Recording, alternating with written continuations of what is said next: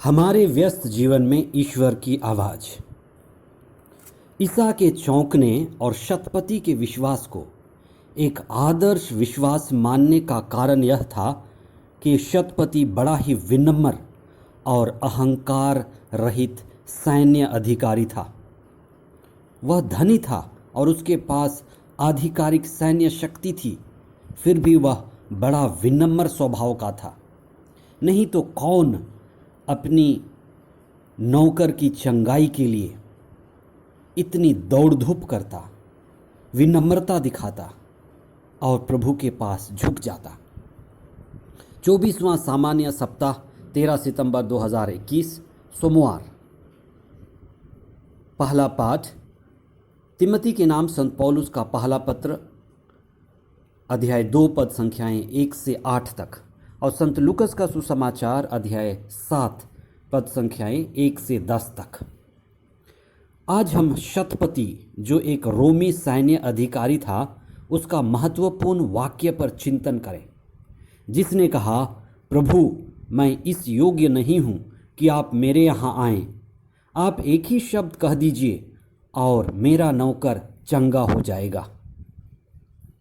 इस वाक्य पर आज हम गहराई से मनन चिंतन करें, क्योंकि ये हमारे विश्वास को और गहरा कर सकता है।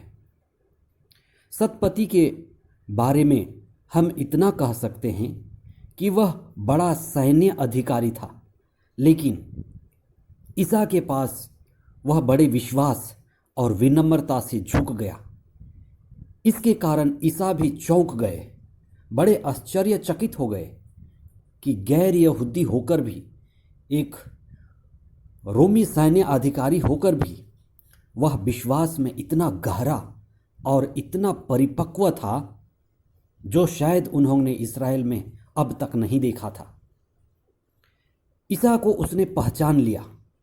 सबसे पहली बात तो यह कि यहूदी और कफरनहूम के लोग ईसा को सिर्फ जोसेफ का बेटा और मरियम का बेटा माने और उसकी असली पहचान को, जो ईश्वर के पुत्र हैं, स्वीकार नहीं करना चाहते थे, स्वीकार नहीं कर पाए। लेकिन शतपति को आध्यात्मिक आंखें मिल चुकी थी।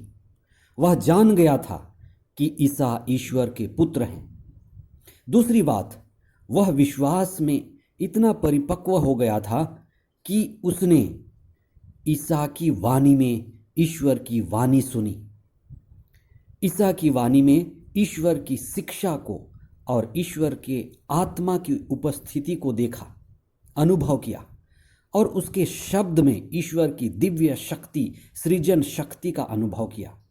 शतपति ने ईसा के शब्द शक्ति की ताकत को जाना और विनम्रता से प्रार्थना किया कि मैं दृढ़ विश्वास करता हूँ कि चंगाई के लिए आपके शब्द मात्र ही पर्याप्त हैं। सुसमाचार के मुख्य अंश। कफरनहूम में एक शतपति का नौकर किसी रोग से मर रहा था। शतपति ने प्रतिष्ठित लोगों को ईसा के पास यह निवेदन करने भेजा कि आप आकर मेरे नौकर को बचाएं। ईसा उसके घर के पास पहुंचे ही थे कि शतपति ने मित्रों द्वारा ईसा के पास यह कहला भेजा, प्रभु, आप कष्ट न करें, क्योंकि मैं इस योग्य नहीं हूं कि आप मेरे यहाँ आएं। आप एक ही शब्द कह दीजिए और मेरा नौकर चंगा हो जाएगा। ईसा यह सुनकर चकित हो गए और उन्होंने अपने पीछे आते हुए लोगों से कहा, मैं तुम लोगों से यह कहता हूँ, इस्राएल में भी मैंने इतना दृढ़ विश्वास नहीं पाया। ईसा के चौंकने और शतपति के विश्वास को आदर्श विश्वास मानने का कारण यह था कि शतपति एक बड़ा विनम्र और अहंकार रहित सैन्य अधिकारी था। वह धनी था, उसके पास आधिकारिक सैन्य शक्ति थी, फिर भी वह इतना विनम्र स्वभाव था, क्योंकि कौन अपने छोटे नौकर के लिए इतनी विनम्रता दिखा सकता है? कौन एक छोटे नौकर की चंगाई के लिए इतना दौड़ धूप और मेहनत कर सकता है? कौन अपने नौकर से इतना प्यार करता है कि प्रभु ईसा के पास बिल्कुल विनम्रता से झुकने के लिए तैयार हो जाए। सच्ची विनम्रता ही आध्यात्मिकता की आधार है, और जो अहंकार रहित है वही अपने नौकर के लिए इतना कष्ट उठा सकता है। शतपति का विश्वास सभी यहूदियों के लिए एक आदर्श विश्वास और शिक्षा है कि ईसा वास्तव में ईश्वर के पुत्र हैं, और उनकी शिक्षा ईश्वर की शिक्षा है, और वे संसार के मुक्तिदाता हैं, न केवल यहूदियों के लिए बल्कि गैर यहूदियों के लिए और सारे संसार के लिए। और उनके ही शब्दों में चंगाई की शक्ति है और मानव को मुक्ति देने की शक्ति है। जो ईश्वर में विश्वास करता है वह ईश्वर के वचन को और उसके आदेशों को भी पालन करता है। ईसा के शतपति की दृष्टि उसकी सृष्टि को बदल दी और उनके जीवन में असाधारण दिव्य शक्ति का उन्होंने अनुभव किया। जिसने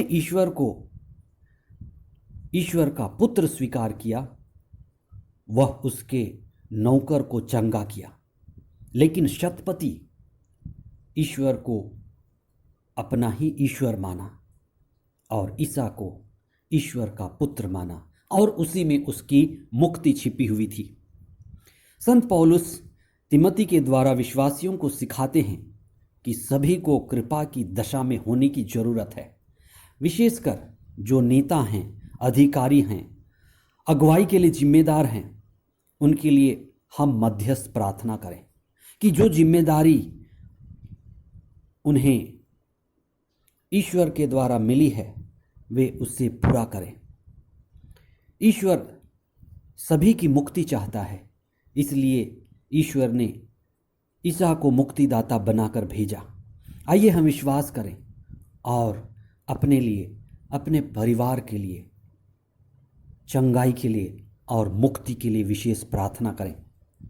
हे प्रभु, हमें पवित्र आत्मा और दिव्य शक्ति प्रदान कर कि हम ईसा को अपना मुक्तिदाता स्वीकार करें, विनम्र बने और प्रार्थना तथा विश्वास में प्रभु के वचन में बढ़ते जाएं। हम दूसरों के लिए भी विश्वास में बढ़ने के मध्यस्थ बने। हम यह प्रार्थना करते हैं हमारे प्रभु ख्रीस्त के द्वारा, आमीन।